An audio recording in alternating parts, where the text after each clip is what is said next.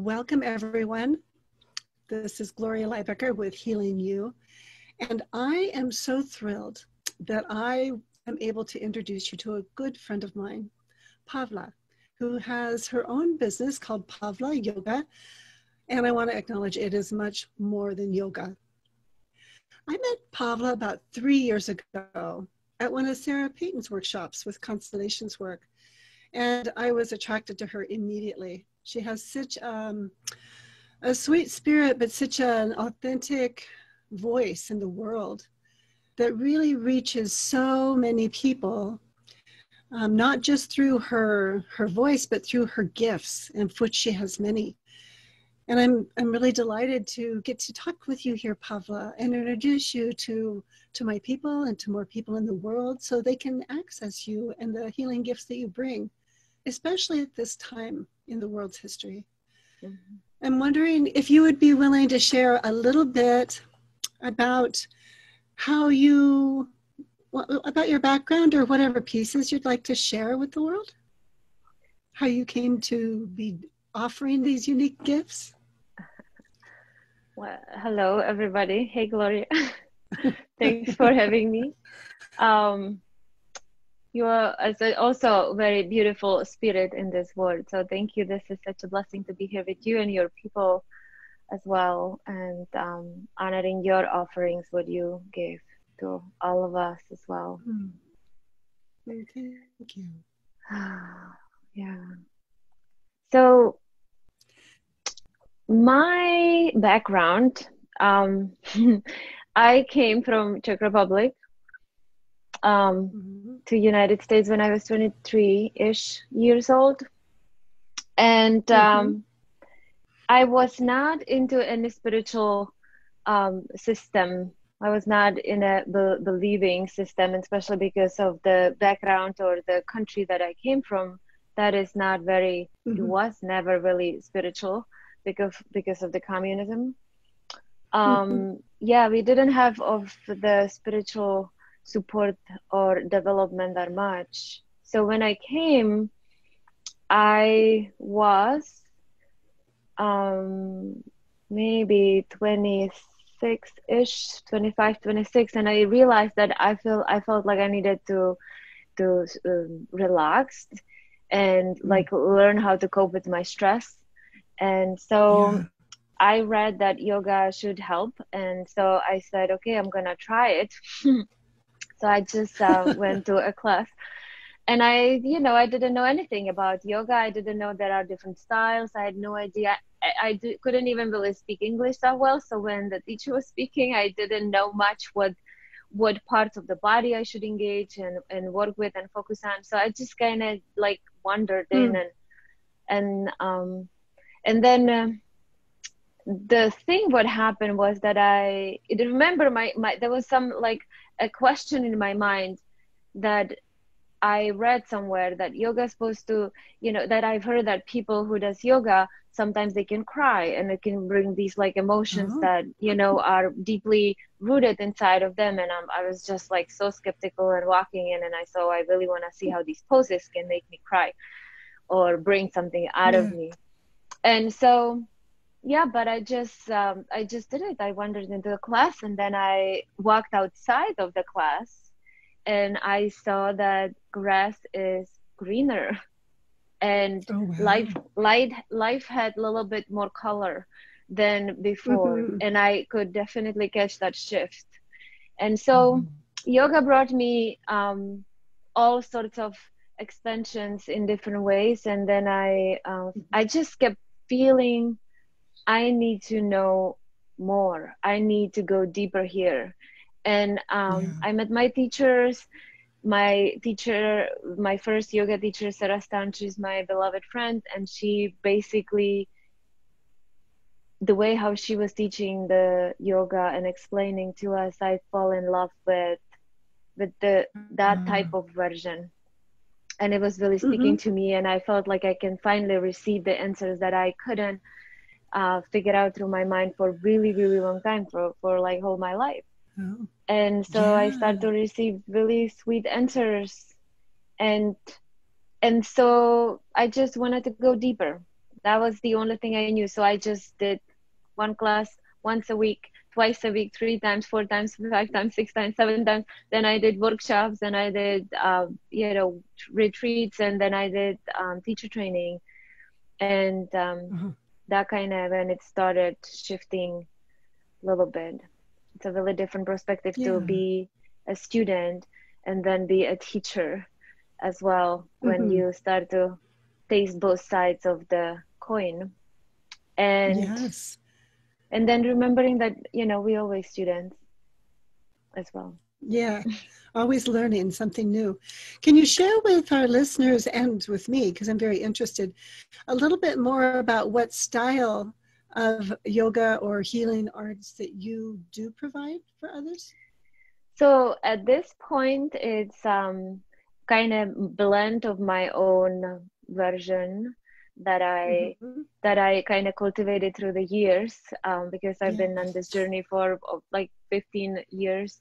And so I gathered more modalities that made sense to me and things that work and didn't. So if I would say, I studied Hatha Yoga, and as I went deeper with my own process, because I realized what had happened in my journey.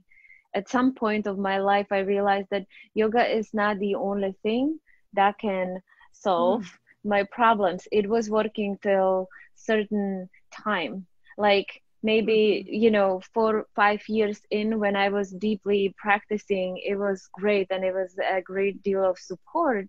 And then I started to realizing that way deeper emotions started coming up for me to see, and I somehow needed more support.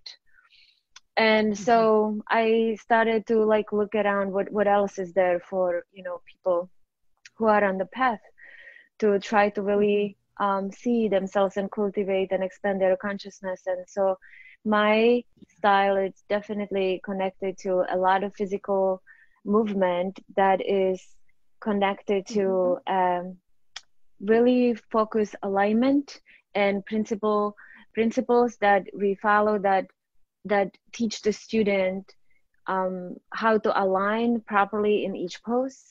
And so when they walk away from the class, they can also use these tools and this alignment ultimately and optimally in every single day life. So how we sit, how we drive, how we work on the computer, all of it is imprinted in, the overall well-being and the posture, how we hold ourselves. And as I went deeper with that, then we'll go back to the alignment and the chakra system and the energy system and a little bit deeper layers of ourselves. And so then attuning to the internal parts of ourselves that guide us and tell us what we hold and what we work with and what we need to release and maybe strengthen as well. So it's all connected. It's connected with in the one class, one can receive physical support and structure, emotional release, and alignment, realignment back to center and into their own blueprint of remembering who they are, what they need. So, I'm wondering if you have an experience that you personally have had as you have expanded your way of being in the world, that I loved hearing how when you stepped outside from that first yoga time and you noticed the grass was greener and the world was brighter. That's so much in alignment with my work with my healing herd.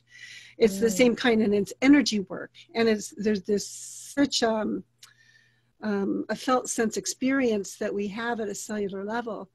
And I'm wondering, do you have, well, I know you also work with music, and so I really want to highlight that as well. I've posted for some of our viewers, some of your YouTubes on you providing that sound healing. But I personally have been around you, and you have another instrument that you use, that you sing with. That's just been very, very deeply healing to experience as well. And so how did you begin to work with sound more? Could you speak more to that? Absolutely. you know, it's an interesting thing for me, because when I was a child, I played guitar. I always wanted to play piano, but that never happened, because apparently my parents said piano takes too much space and it's too expensive, and you will not probably like it sooner or later anyway, so we'll just give you guitar that's smaller.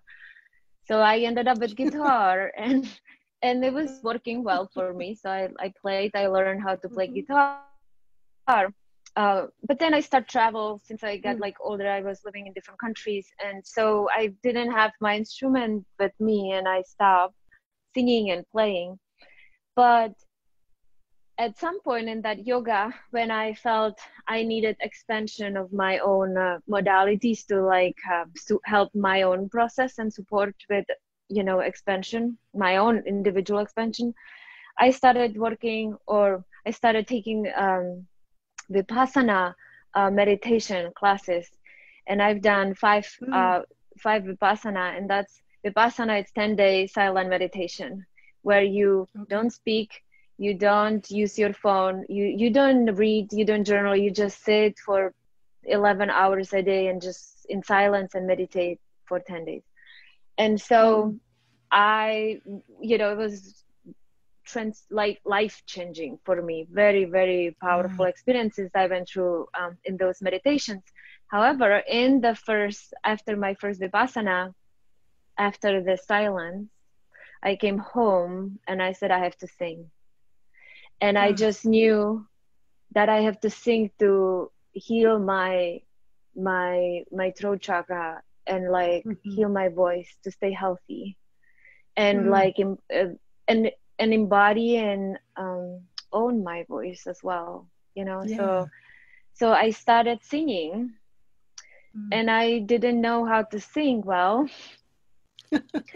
I still don't feel like I sing that well. I just sing because I feel like I really have to sing. So it's just my own internal process. When I come to and play these instruments, it's just very, very intimate practice for me.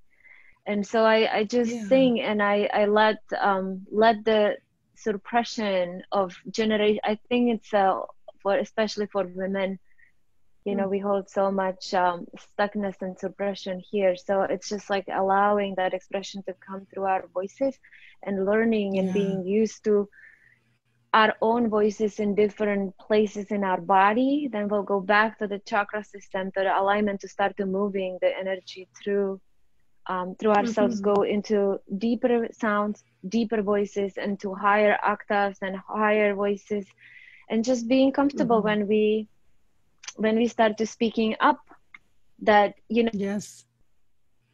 will be sound differently because we expressing different needs, or we tending to different situations, and it sounds differently. And sometimes we are afraid of our own voice, how it's gonna sound, because ultimately it's actually inside of us. The sound comes from inside out. So if we don't like the sound, if we think it doesn't sound empowering enough, we're gonna suppress it down. So I feel like the sound, it's just to move. Go ahead. I'm just really learning more of the intimate details of your journey, and how what I'm hearing is that you've really tuned into life, and you have been able to develop a trust with your own path and your own internal knowing, and following that path, and being willing to allow yourself to experience what it's like to expand your sense of self in the world. And how were you drawn to the different types of instruments, of which I know there are many that you have been drawn to? Can you share a little bit about that? Yes. I've been so I started with Harmonium. It's an Indian instrument. It kind of looks like a piano.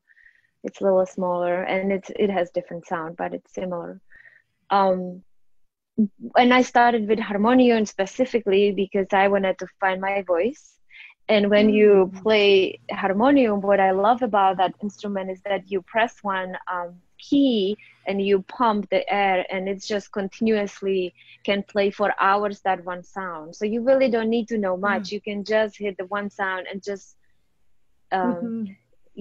sing with that. And I started just with simple Om, and I could chant an Om for hours, and it was fascinating how I still do that actually till today. It's just so simple, that Om, but I see how I go through all layers of my own emotional states.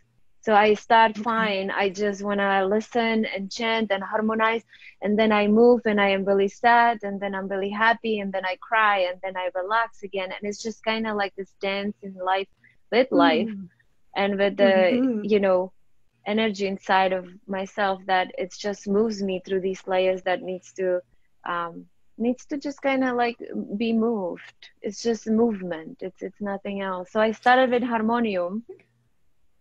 Go ahead. It's vibration is what I'm hearing.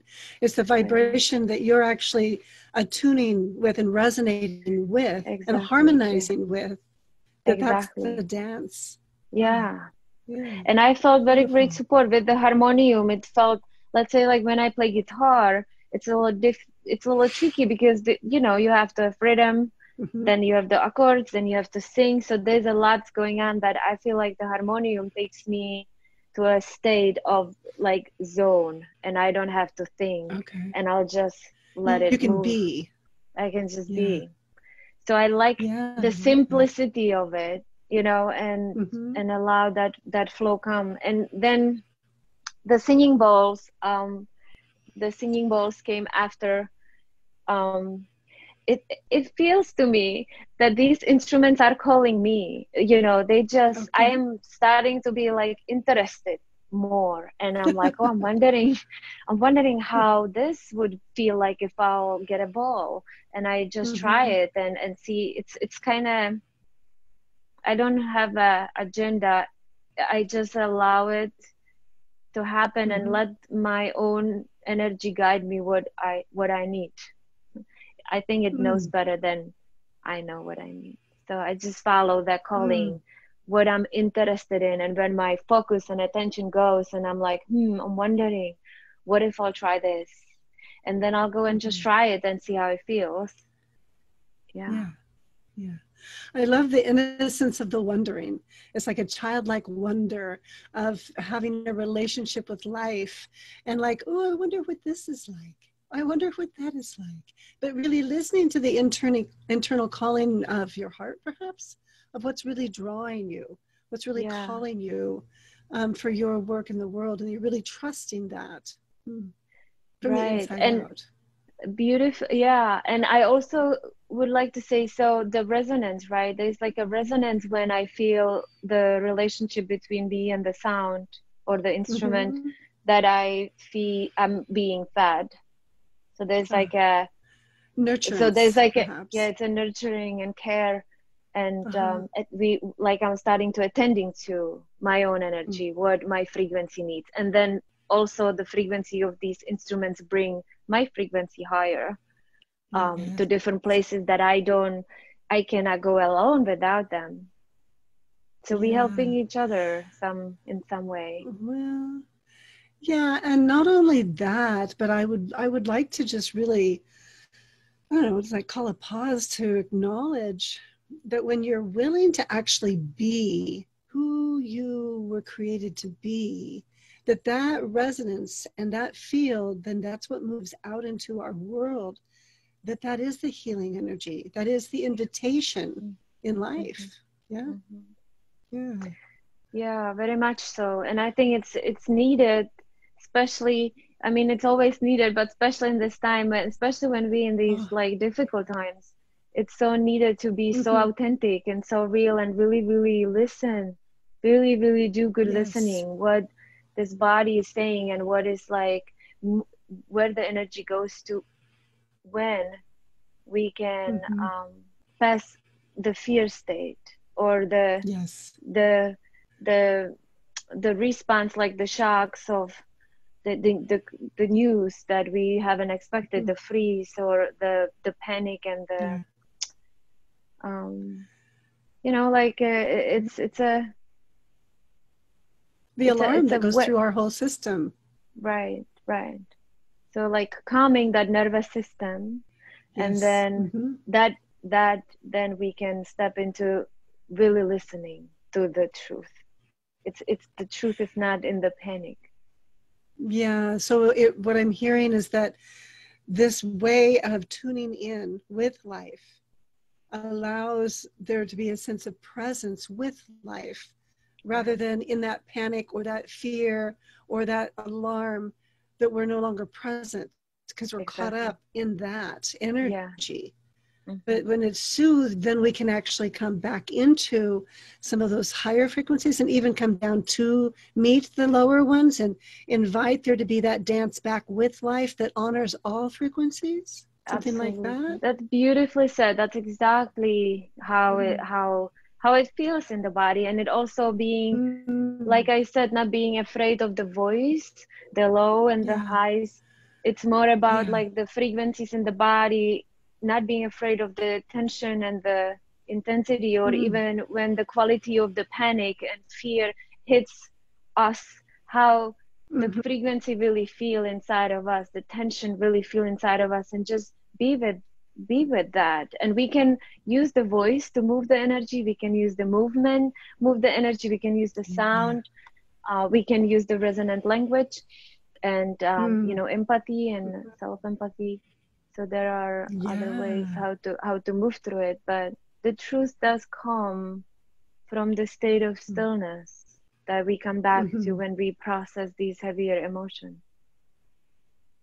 Yeah, so it brings a balance. It calms the mind, is what I'm hearing, so that we don't have the busy chatter. So we can actually start to drop in more deeply and more profoundly. So it like deepens and widens our capacity to be a really good receiver, as well as a contribution at the same time when we're in that relationship. Absolutely. And that's what you said. It's such a beautiful like acknowledgement of we are the receivers. And then that's it. We're receiving that energy that moves through us, and then we allow that to offer it back. So that's the relationship. So and the it's reciprocal. Yeah, we're both doing that same movement. And that's the dance. Yes, it's totally the dance. Yes. Yeah. And as you've continued on your journey, what other instruments have called to you that really have spoken to your heart? So after the harmonium, this was interesting because I needed to sing. I sing all the time. I was singing all the time. And so and then I had to go work and teach. So I grabbed that box, the harmonium, and I'm like, hey, people, I have to sing for you too, because I need to keep singing. So I'm going to sing. And I started singing for Shavasana, and they loved it. So it was perfect that I could serve them while they enjoy that offering. While it was healing me, it was healing them. And I think that's the best way how we can offer. When we offering something, it's just actually collective offering to all of us, to everyone benefits from it. But then after a little while, I was so tired with this box because the harmonium, it's heavy. And so I bought smaller instrument, and it's called Shruti box. And that one, it's little like a briefcase or suitcase. And that one I carry to my classes and sing in Shavasana. So that was my next instrument that is also very magical. And then I've got the gong actually behind me. So I played the gong as well. And I feel like just because the gong has different frequencies, and I needed to step into different frequencies, I think that called me that I have to play the gong. And then I've got, the metal singing bowls. I've got the crystal singing bowls as well. Yes. And then the guitar. What else I have? I have a lot. What else I have? I've got more other things. I've got little other things. I have ocean drum and stuff like that. So I also do sound healings with that. So there's like a whole session of sound bath to, so one can just lay and relax and then allow the frequency to work on them or through them. Yes. I've experienced sound baths, and they can be amazing. And so when you provide that, again, it's you really following that inner calling of which instrument is wanting to sing and is wanting to tone. And Absolutely. you follow that until there's a sense of completion. Is that it? Yeah. I love your question. You're like the best person who you can do interview with. This is like you're kind of completing. So yes. So what happened? This was very interesting that I learned a lot about the sound healing sessions, teaching me so much about these instruments, because I noticed, I used to play it for myself, and then I know how they sound when we together. And then I go and I set it up for us when I do it for other people. And I realized at one time in my life, I was teaching in a conference, and I was teaching sound healing or offering sound healing there in the morning for a meditation. And so I had sessions every morning in the same place, same time, but different people. It's a conference, so people wander, so it's just like, it's a different crowd. Sometimes the same people, sometimes different people, but it's a different vibe every day. And so I learned so much in that moment, because I realized that those instruments play differently with each group. Each group brought their own vibration, and we create some kind of vibe, and then the instruments were responding to the vibe that it's being created. So it really is a co-creative process. Sometimes I have a plan in my head. I'm gonna play this ball, for example, and so I go and start playing it, and it just doesn't play. It doesn't sound. It scratches the edges. Like I cannot bring it to like a nice vibration to like find resonance. So I'm looking for resonance when I'm offering this. It's even with the gong. When I play the gong, there are like places where I like to hit the gong that hits, and it just vibrates certain frequency. And sometimes I hit it, and I'm like, oh my God, this is too much. This doesn't sound good. So I'm like slowing that vibe down, and then I have to figure out different places where it wants to be played.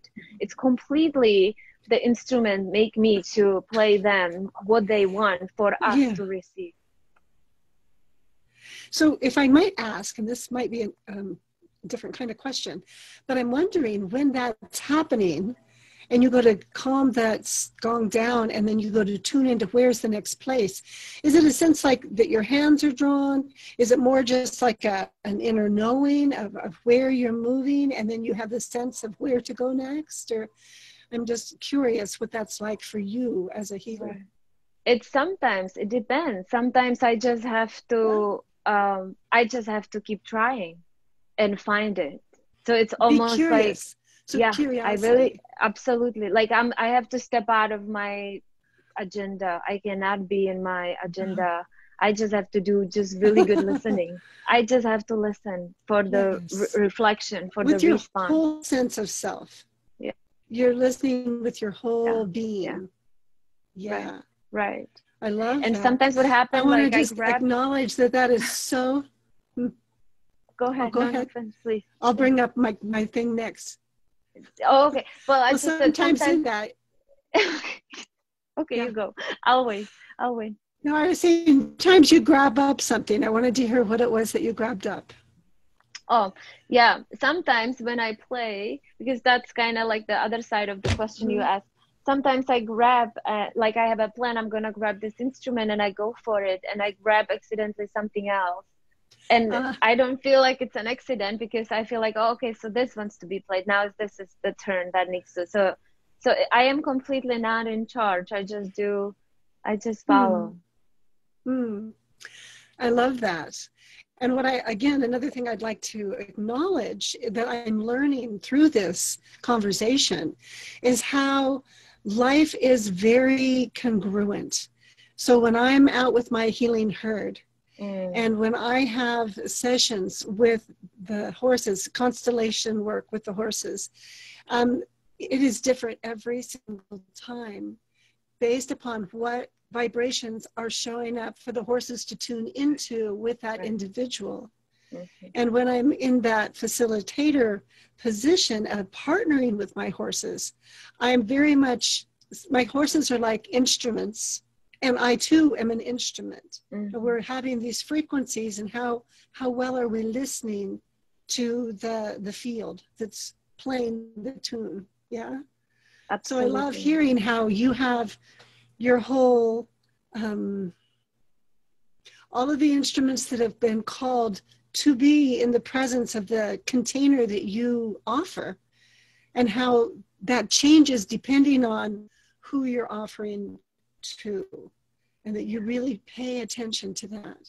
Yeah, so it meets so many needs for beauty and for eloquence and precision all at the same time. Thank you. Yeah, thank you. And I also can totally imagine that whatever you do with horses and the constellation like scenarios, that it must be mesmerizing to watch what happened on the field, because you know these horses so well. They're your horses. Yeah. And then, you know, every time you step on the field and it's like a new crew, you're working with completely different. Yeah. Very, very true. And I'm wondering if you would be willing to allow our viewers to have a little experience with you before we complete our time together. Yeah. Would that be something that you'd be willing to offer? Yes. I can play, I like to play this, I like to play this one. This one I got actually, this is a singing bowl that it's connected, it's attuned to the heart chakra, to the heart center. Okay. But I like this one especially for the sound healing experiences, because when I work with people, I can go around and hold this ball and go around and play like right above them on those places that, you know, I feel they might like to, or it's needed to receive the frequency in their body. So I can move that. And so that's why I've got this one as well. But it has really beautiful, beautiful sound. I'm gonna.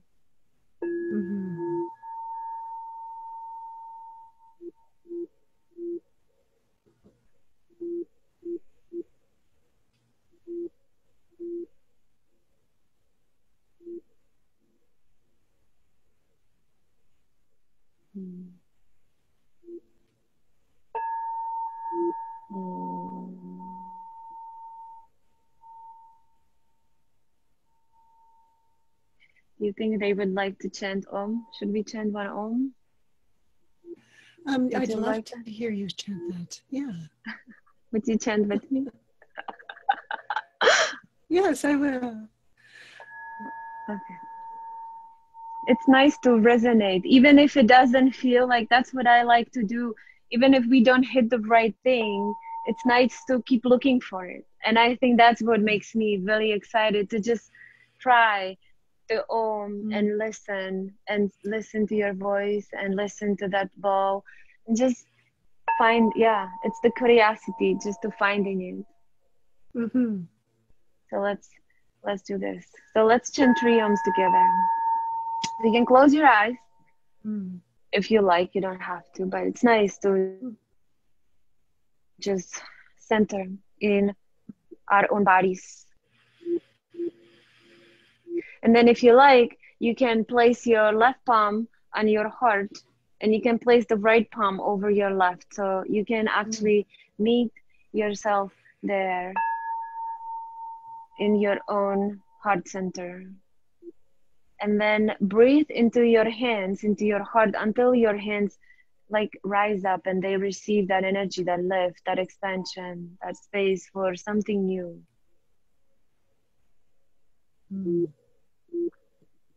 So when we chant the Om, see if you can hit the Om and bring that resonance and the vibration into your heart and into those hands, that the hands will vibrate.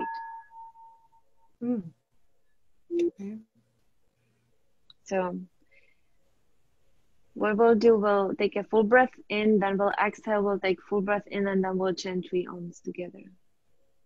So whenever you're ready, take a full breath in. Okay. Exhale deeply. Inhale into the heart.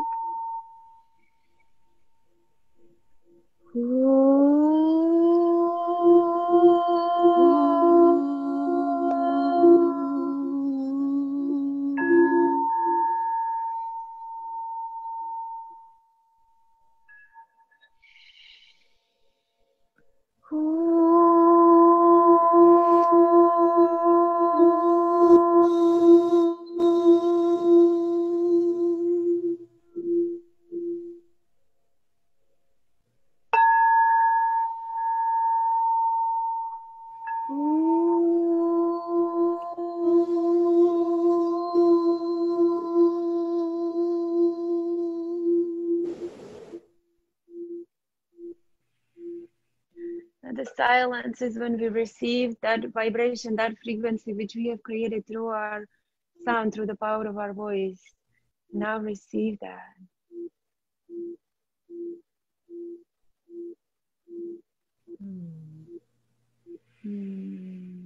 Beautiful. Thank you. That was such a lovely gift to receive. Yes, I really loved the way that you guided me through that process, as well as our listeners. And so for people to be able to reach out to receive sessions with you or conversations with you, how can they reach you? Do you have a website and a phone number? I have a website, pavlayoga.com, or they can also email me, pavla@pavlayoga.com. I am on Facebook, Pavla Yoga, or Pavla Haluskova, that's my full name, on Instagram. So yes, definitely, find me if you are in resonance with this, and I can be in service to you. Yes. Thank you so much. So to all of our listeners and watchers, I just encourage you so much, especially in these times, to reach out to Pavla and to receive the gifts that she has to receive to give to you, and let it be a reciprocal offering. So thank you so much, Pavla, for being on the show today. Yeah, thank you so much. Thank you, Gloria, for everything you do and for having me. You're welcome.